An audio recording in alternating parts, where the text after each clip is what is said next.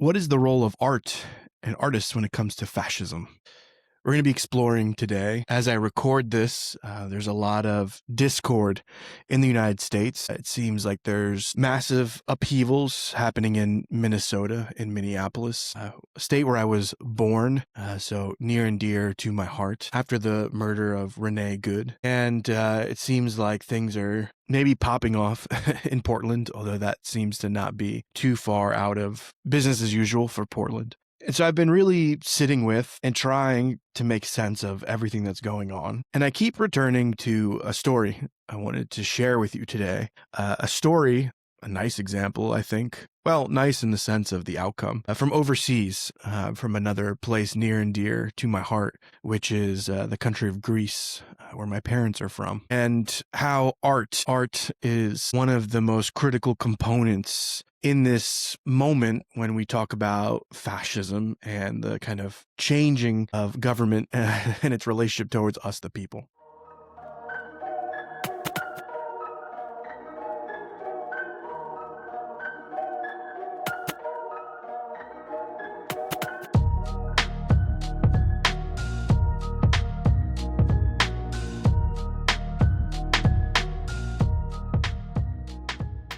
So as always, this is the Catharsis Project, just a place for me to kind of explore creative ideas, whatever that means, in my own way, in my own capacity. I try not to take this too seriously, and actually I try to have fun, and I hope that you don't take this too seriously in the case that you're listening to this. It's a place to fucking chill for a moment and kind of make something.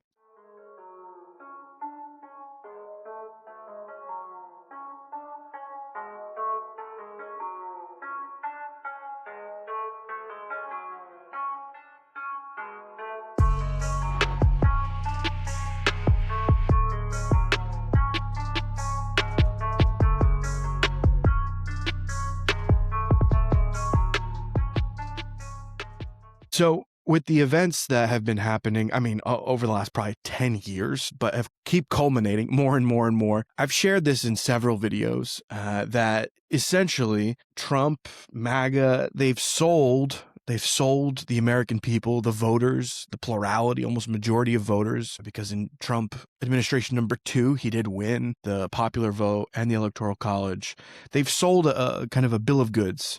They've sold us something, a new kind of way of operating the country, of running things. And the question is, if you don't want people, assuming there are elections going forward, if you don't want people to vote for this movement, then how do you pry them away from something that essentially operates a bit, especially for its core members, that core like 30% of Republican voters operates a bit like a cult? I am of the opinion, and I've shared this many times, that shaming people, trying to kind of I'm superior to you and I'm going to shame you, does not work. Never has, never will. These people, one, either don't respond to shame, they don't buy something's intrinsically wrong with them, or they don't share the same value system. So shaming someone from someone they don't respect doesn't mean anything or matter. We've also really polarized our media landscape and kind of the micro media landscape. So none of the messages make it through to the quote unquote other side. We each just kind of consume stuff in our own bubbles. It's far and few between the folks that actually have connections between the quote unquote left and right in the United States. And the big mantra on the left, the American quote unquote left, is cut everyone off, cut everyone off, cut everyone off. But then go on Instagram and post shit as if you're going to reach anyone but people exactly like you.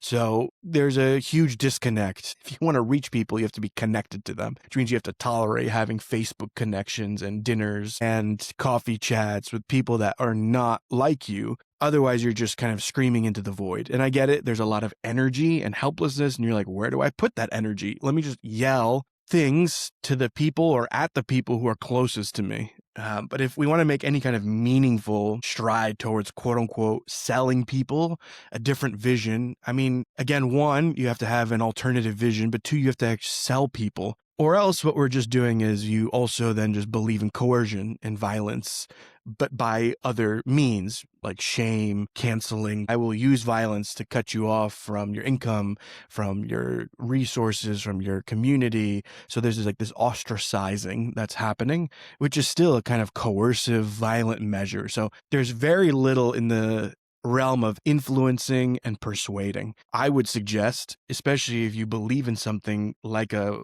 democracy, that persuasion and influencing not only work, but they work better long term because they have enduring power. If you only can achieve something at the barrel of a gun when you put the gun down, then the outcome disappears. So force is the weakest form of influence. It works until it doesn't. The most enduring form of power is actually persuading someone that they want to do something intrinsically. Then they're going to do it by themselves. You don't have to apply any force at all. So the question is, well, what are you attracting and how are you attracting them to? I think in the coming weeks, months, I'm going to try to lay out some vision, because I keep talking about vision, right? I'll lay out some vision of a world that I believe actually aligns with leftist views and is sellable to the American public. Not that I'm uniquely equipped to do that or I'm somehow special. I just have been thinking about it and challenging myself, because it's easy to just kind of complain like, oh, liberals have no vision, Democrats have no vision. And I was like, you know what? I'm going to create a fucking vision and I'm going to work towards that in my own life. But today I'm going to talk about the how, which is, let's say you have that positive vision. How are you going to sell that? And I truly believe it is the work of art and artists to sell the vision, to make it something that people would like to join. And what I believe truly at my core is that optimistic vision, hope, is what people are looking for today. There's so much doom and gloom and negativity and a negativity bias, I would even say. Reality has been kind of thrown out for so many subjective opinions and perceptions. You can interpret the same facts in so many different ways. And so the pessimistic, cynical nihilism, that spectrum that I see with a lot of Democrats who, have coined doom scrolling, it defeats the purpose. Like, who the fuck would want to join your party? I don't mean political party. I mean, if it was like a party, like at a house, and you're like, we're going to get together and just bitch about everything and have this negative view of the world and everything is going to shit and we're depressed and helpless and frozen and just laying on the couch, scrolling on TikTok and Instagram all day. That is not appealing or attractive to anyone. Whereas the MAGA thing, like, they're full of like anger and rage, but I think people in the MAGA movement are much happier.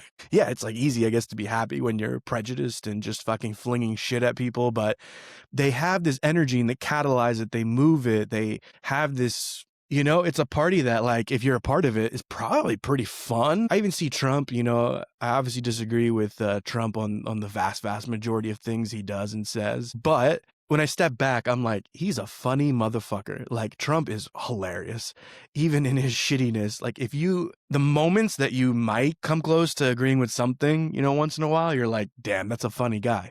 So he uses humor. He constantly is using social charm. The comedians that have lined up to kind of promote his worldview, the podcasters, like, they're selling entertainment. It's essentially artists, right? Who are selling his vision of the world, whether they understand what that vision is or not. And so I believe that, okay, we have the first problem, no vision in the kind of left liberal Democratic Party. But number two is, like, you're not selling it. You're not selling it in an appealing way. You can't really sell someone on doom and gloom. It's just not motivating to a buyer. So if you want to sell the independents and the voters who could switch parties, I think a bit of selling the dream is needed, and art, entertainment is really needed to broker that gap.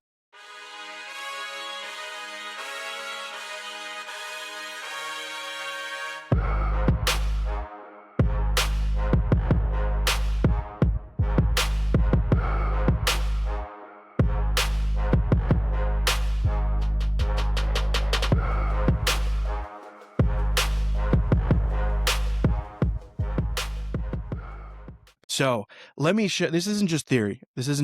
I want to share a real example from a real place where this actually had very successful results. And we're going to go to a country called Greece, which my parents are from. I spent a lot of my childhood growing up there. I still hold very strong bonds with Greece. Almost all my family outside of my nuclear family is still in Greece. Greece, coming out of the financial crisis of 2008, 2009, they kind of did a speed run.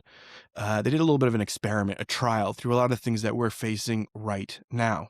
That's what's very interesting when you are from or have connections with some of these smaller countries. Greece, Lebanon, where my business partner and friend is from, a lot of the geopolitics, they kind of do little test runs in these small countries. So if you actually are from there, you can follow the news. It doesn't make the big news usually, but if you can tap into small countries, you might end up seeing the playbook in advance. It's where they do the practice run before they try it on the big stage. Lebanon is where they've tried so many different experiments, so you can see all the experiments done there. But Greece also had a run where they tried a lot of experiments. And during the financial crash, you could see that the country plummeted, right, economically.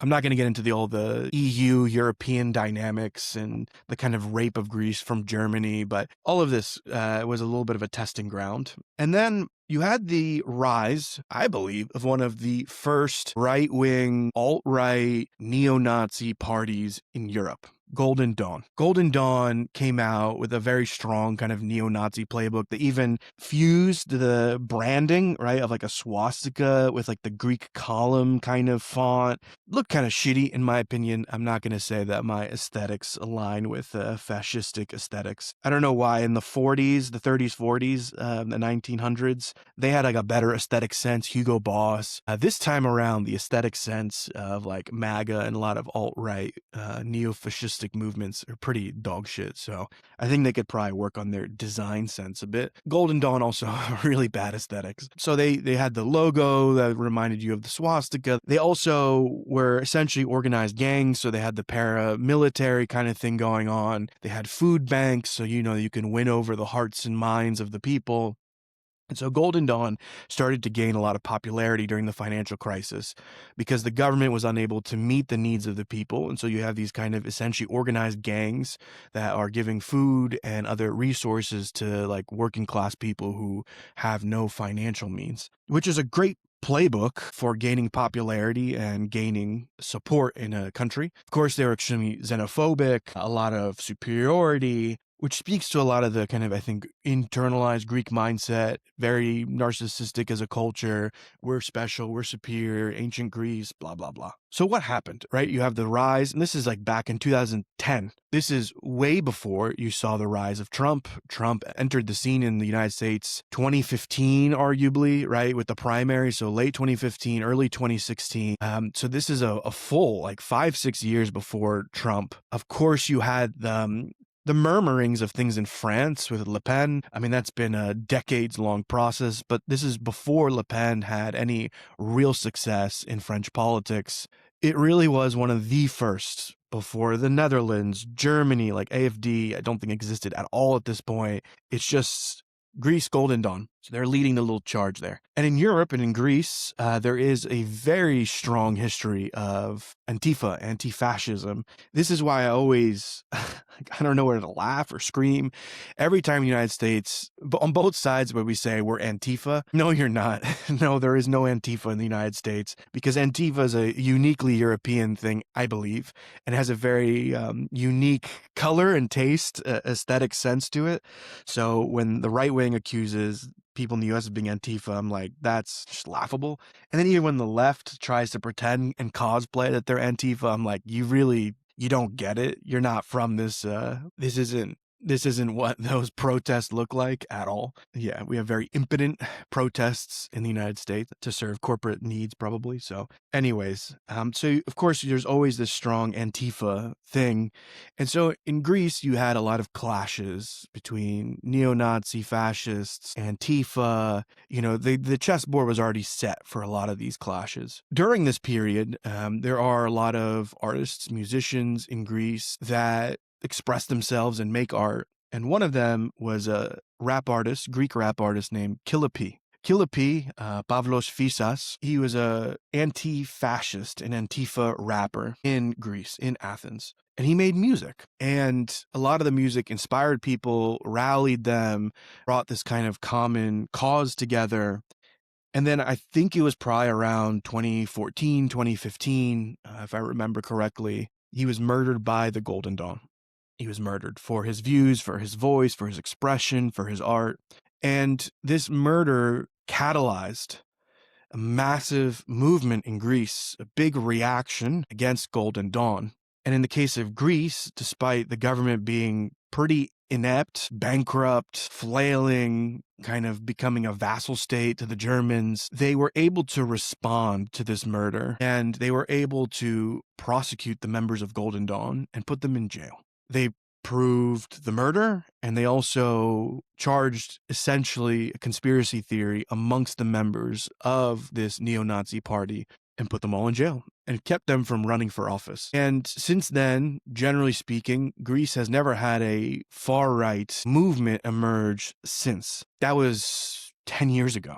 There are many other problems with Greece. There's many other problems with the politics, good things that are happening, bad things that are happening. But they are the one and only country, possibly the other exception being Brazil, where they have actually prosecuted the crimes, followed the books, followed the laws, and put this thing to bed. For now, with the rise of kind of right-wing movements in Europe as a whole, and immigration continuing being a big topic, especially in Greece as well, Greece being one of the portals for a lot of immigration, it's very possible that you see another kind of far-right movement start up. But generally speaking, they have managed to go the last 10 years without a lot of these internal conflicts and frictions and this kind of civilization-ripping phenomenon, these culture wars that have kind of stalled out a lot of the Atlantic powers, Western Europe and the United States. Before Pavlos Fyssas Killer P was murdered, he recorded a song that I think is a gorgeous song. I probably can't play it for copyright reasons, and also if I did, it's in Greek, so it wouldn't make a ton of sense.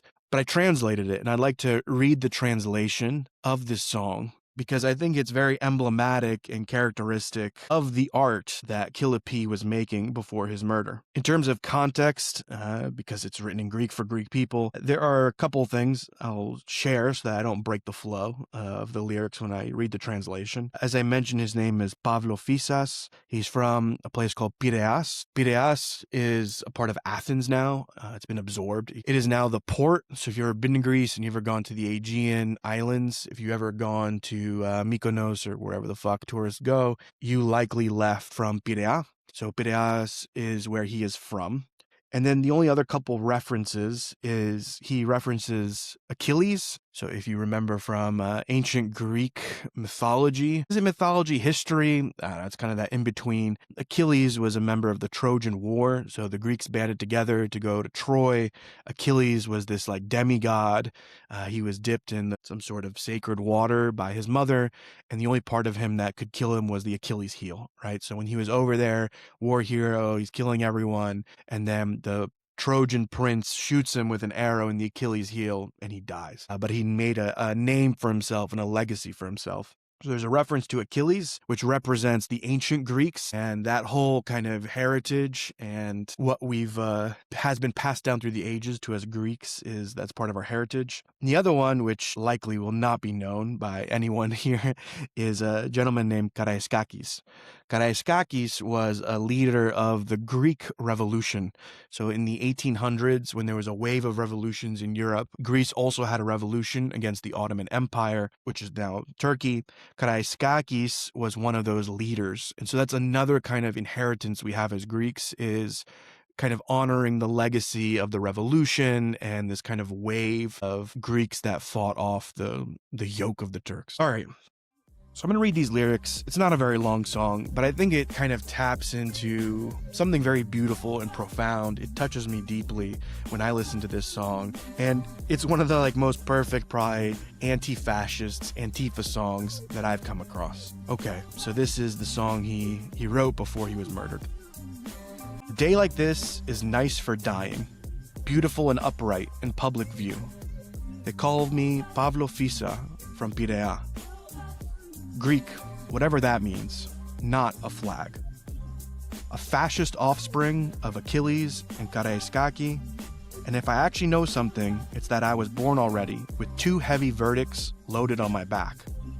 2 wings from birth sewn on my body, which unfortunately flutter only through the pen and make everything around me look wasted, especially what was sacrificed for me. But I don't sacrifice anything that can be sacrificed. I don't sacrifice myself for just anyone who sacrifices. Probably to blame is that I embrace everything. Perhaps to blame is that the next day approaches. That's why I tell you, all is good, relax. Your struggles, my struggles, gaze high to the stars, tonight they seem so bright. The game is to play the ball well in your hands. My bro, everyone drags their struggles and carries their own cross. Why are you asking me how I'm doing? What should I say? Glory to the money, we have a God. My bro, everyone drags their struggles and carries their own cross. Why are you asking how I'm doing? What should I say? Glory to the money, we have a brother. The whole song really touches me, and I'll explain a little bit why. The first is it's like incredibly prescient that he opens a song saying this is a nice day to die, considering he was murdered shortly after this song. And he says, beautiful and upright in public view, and he was murdered in public. He's one of the first Greek artists that I've heard that isn't just, gagging on this Greek propaganda of like, we're so great, everything about our heritage is amazing. He's the first one I've seen that actually challenges this notion of our heritage, that the heritage of Achilles and Karaiskaki, it's a struggle, it's a burden, it's heavy, it's a verdict, it's kind of this condemnation loaded on his back. And this is what a lot of national identity is. It's a story, right? We elevate certain heroes, we elevate certain symbols, we tell a story about what's important to us. And so in stitching together the Greek consciousness, we raise these leaders as the most important, but it feels heavy to carry them. He also says that the only way his wings can flutter, he can fly, is through the pen. So it's through rap and writing and expression and art. It's the only time he really feels free. And he feels like everything that was sacrificed for him was a waste. It wasn't worth it. But what I really like is that he says he doesn't sacrifice anything that can be sacrificed, and he doesn't sacrifice himself. In this, my interpretation is that he's not looking to be a martyr. He doesn't sacrifice anything. And that, he wasn't looking to be the leader of this movement, but he ended up being the leader of this movement. And this is a bit of like when the George Floyd protests were happening, and it's like, well, why did you choose George Floyd? And it's like, we didn't choose George Floyd. This is just who happened to be murdered. This is the person that represents this struggle. It's not like we're flipping through a book and saying, who are we going to sacrifice? Who are we going to martyr today for this cause? And when I listen to this song by Killer P, to me, he's like, I'm not here to sacrifice myself. And then he has a very optimistic turn, right? Where he says, everything is good. All is good. Relax. Your struggles, my struggles. Let's gaze high at the stars. Tonight seems to be so bright. And then even when he's like, why are you asking me how I'm doing? Like, we're all have our shit, right? But we're going to get through it. We're going to get through it. So some of the things that I really appreciate about this is Greeks are miserable motherfuckers.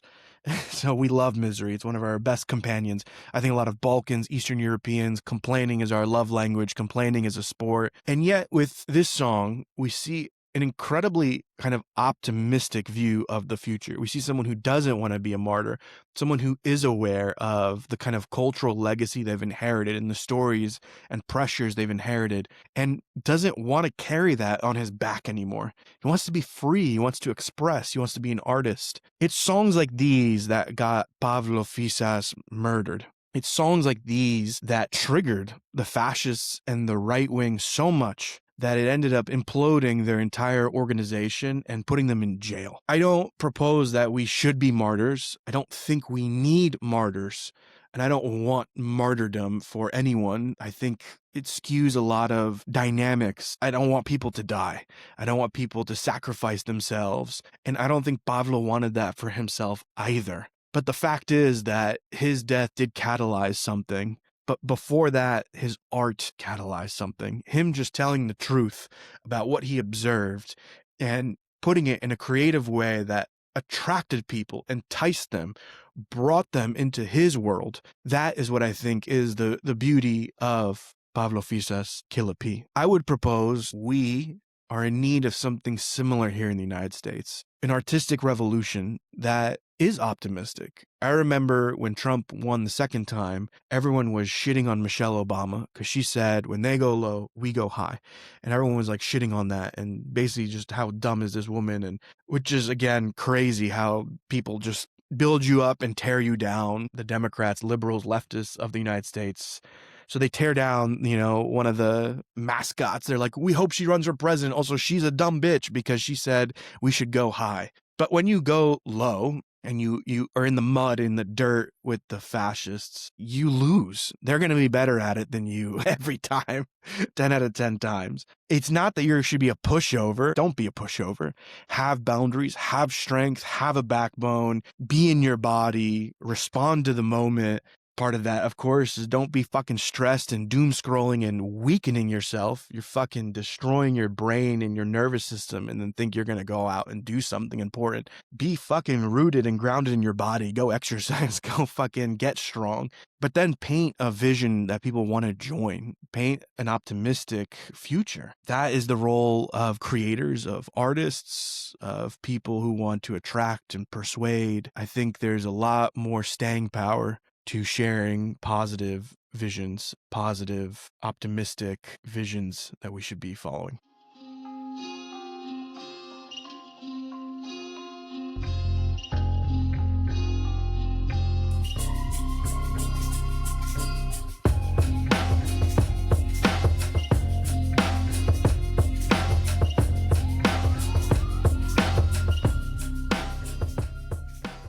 To end this episode, I wanted to share a quote by the Indian mystic Osho that has resonated deeply with me. And again, to me, this is one of the salves of our time, one of the directions that we might turn ourselves towards so that we may create an alternative path, an alternative road for ourselves and our community and the collective at large. Osho says, "And don't be worried that you are helpless to do anything. The idea of helplessness has arisen because you have never been told what your resources are. You have never looked into your resources, your love, your silence, your peace, your compassion, your joy. You have never looked into all this inexhaustible potentiality of your being.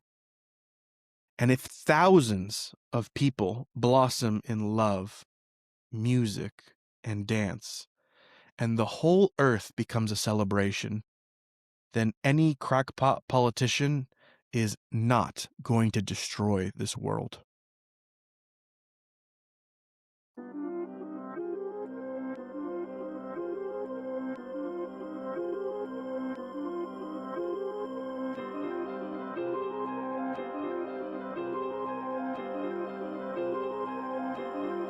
Crackpot politicians feed on your anger, your misery, your doom, your suffering, your outrage, your helplessness. But imagine for a moment, imagine blossoming in love, music, and dance. Well, shit, that's a party I would want to join. That's a vision. It's compelling as fuck. It's going to be hard to get there. Yeah, it's not easy to turn the whole earth into a celebration, but let's fucking try. Otherwise, why do we assume we're any better than the alternative? Pavlos Fyssas died for this vision of people celebrating in love and music and dance, and that's what he dedicated his life to without a sense of martyrdom. And I believe that we should walk alongside him and also create entertaining media and relearn how to tell stories and start local. Start with your friends, your community. You don't have to make a Hollywood movie. You don't have to be a YouTube influencer. You don't have to go viral on Instagram or TikTok. Start local. Tell stories that affirm your values and build the society one brick at a time that will get us to a whole new planet, a whole new earth. Thank you.